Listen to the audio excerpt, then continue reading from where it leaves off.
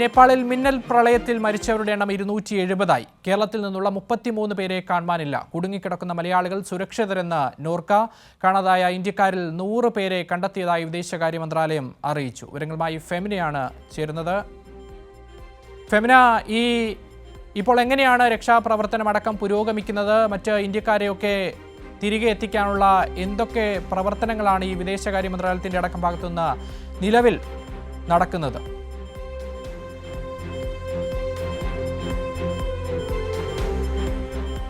പക്ഷേ 2 മണിയോടുകൂടിയാണ് വിദേശകാര്യ സെക്രട്ടറി ഇത്തരത്തിലൊരു വാർത്താ സമ്മേളനം നടത്തിയത്. അതിൽ 200-ലധികം ഇന്ത്യക്കാരെ ഇപ്പോഴും കാണാതായിട്ടുണ്ട് എന്നൊരു വിവരമാണ് അദ്ദേഹം പങ്കുവച്ചത്. പ്രത്യേകിച്ച് തമിഴ്നാട്ടിൽ നിന്നും പശ്ചിമ ബംഗാളിൽ നിന്നും അതുപോലെ തന്നെ കേരളത്തിൽ നിന്നുമുള്ള യാത്രക്കാരാണ് ഈ കാണാതായവരിൽ കൂടുതലുള്ളത്. തമിഴ്നാട്ടിൽ നിന്നുള്ള 2 സംഘങ്ങളായി തമിഴ്നാട്ടിൽ നിന്ന് നേപ്പാളിലേക്ക് പോയ കൈലാസ് മാനസ സരോവർ തീർത്ഥാടന യാത്രയ്ക്കായിട്ട് പോയ യാത്രക്കാരെയാണ് കാണാതായിട്ടുള്ളത്. ഇവരുടെ എണ്ണം ഏകദേശം 80ഓളം ഉണ്ട്.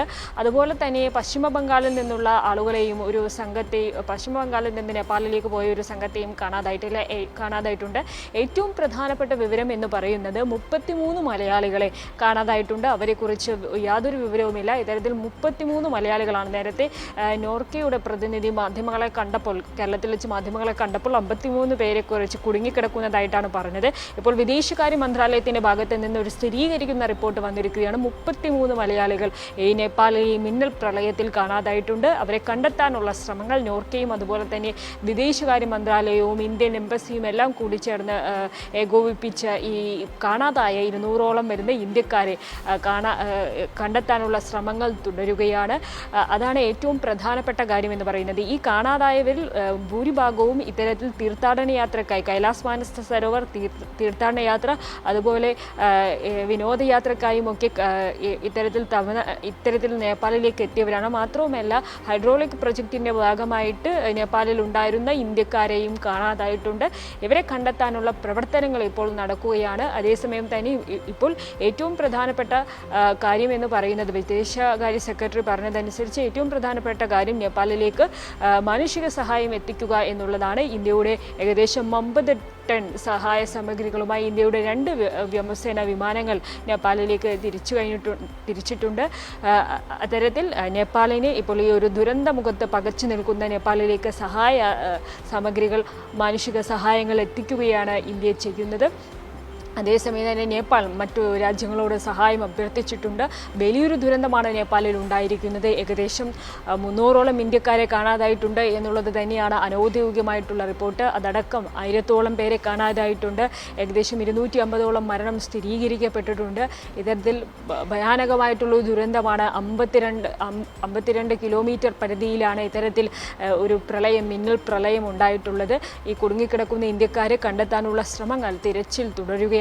അതേസമയം തന്നെ അതിർത്തിയിൽ നേപ്പാളുമായി അതിർത്തി പങ്കിടുന്ന ബീഹാറിലും ഉത്തർപ്രദേശിലും അതീവ ജാഗ്രതാ നിർദ്ദേശമാണ് നൽകിയിട്ടുള്ളത്. പ്രത്യേകിച്ച് അതിർത്തി ജില്ലകളിൽ വെസ്റ്റ് ചമ്പാരനിലടക്കം ഇത്തരത്തിൽ NDRF സംഘം സജ്ജമാണ്. ഒരു അടിയന്തര ഘട്ടമുണ്ടായാൽ നേരിടാൻ ഈ NDRF സജ്ജമാണ്. പ്രത്യേക സംഘങ്ങളായിട്ട് ഈ NDRFനെ വിന്യസിക്കുമെന്ന തരത്തിലുള്ള റിപ്പോർട്ടുകൾ തന്നെയാണ് പുറത്തു വരുന്നത്. അത്തരത്തിൽ അതീവ ജാഗ്രതാ നിർദ്ദേശം ഇന്ത്യയുടെ അതിർത്തി സംസ്ഥാനങ്ങൾക്ക് നൽകിയിട്ടുണ്ട്.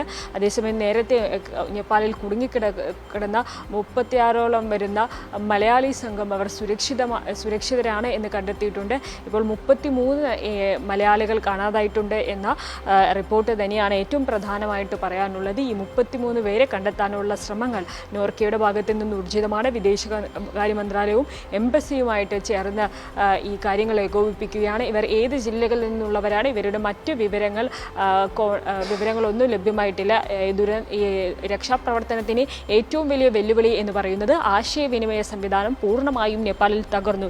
ഈ ഒരു സാഹചര്യത്തിൽ ഈ കാണാതായവരെ കോണ്ടാക്ട് ചെയ്യാൻ കഴിയുന്നില്ല എന്നുള്ളത് തന്നെയാണ് ഏറ്റവും വലിയ പരിമിതി എന്ന് പറയുന്നത്.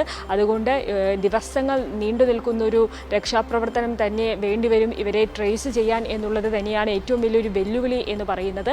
ഇവർ സുരക്ഷിതരാണോ അല്ലെങ്കിൽ എന്താണ് പറ്റിയത് എന്ന് അറിയാനുള്ള അതിനുള്ള ഒരു പരിമിതിയുണ്ട്. അത് തന്നെയാണ് രക്ഷാപ്രവർത്തനത്തെയും വലക്കുന്നത്. എന്തായാലും ട്രാവൽ ഏജൻസികൾ കേന്ദ്രീകരിച്ചാണ് ഇപ്പോൾ ഒരു ലിസ്റ്റ് ഇത്തരത്തിൽ കാണാതായി ഇന്ത്യക്കാർ അവർ ഏത് സംസ്ഥാനങ്ങളിലാണ് എന്നുള്ളതിൻ്റെ ഒരു പ്രാഥമിക വിവരം ഇപ്പോൾ വിദേശകാര്യ മന്ത്രാലയം പുറത്തുവിട്ടിരിക്കുന്നത്. ട്രാവൽ ഏജൻസി കേന്ദ്രീകരിച്ചുള്ള ഒരു അന്വേഷണത്തിലൂടെയാണ്. ആ ഒരു വിവരങ്ങൾ അനുസരിച്ചാണ്. പക്ഷേ നേപ്പാൾ എന്ന് പറയുന്നത് പ്രത്യേകിച്ച് വിസയൊന്നും വേണ്ടാതെ ഇന്ത്യയിൽ നിന്ന് നേരിട്ട് നമുക്ക് പോകാവുന്ന ഒരു രാജ്യമാണ്. പ്രത്യേകിച്ച് നേപ്പാൾ ബീഹാർ അതിർത്തിയിലൂടെയും അതുപോലെ തന്നെ ഗോരഖ്പൂരിലൂടെയും ഉത്തർപ്രദേശിലെ ഗോരഖ്പൂരിലൂടെയും ഒക്കെ നമുക്ക് സാധാരണ മറ്റ് ഇന്ത്യൻ നേപ്പാളിലെ മിന്നൽ പ്രളയത്തിൽ മരണസംഖ്യ ഉയരുന്നു എന്ന ആശങ്കാജനകമായിട്ടുള്ള വിവരം തന്നെയാണ് പുറത്തേക്ക് വരുന്നത്. ഫെമിനയാണ് അതിന്റെ വിശദാംശങ്ങൾ ഡൽഹിയിൽ നിന്ന് നൽകിയത്.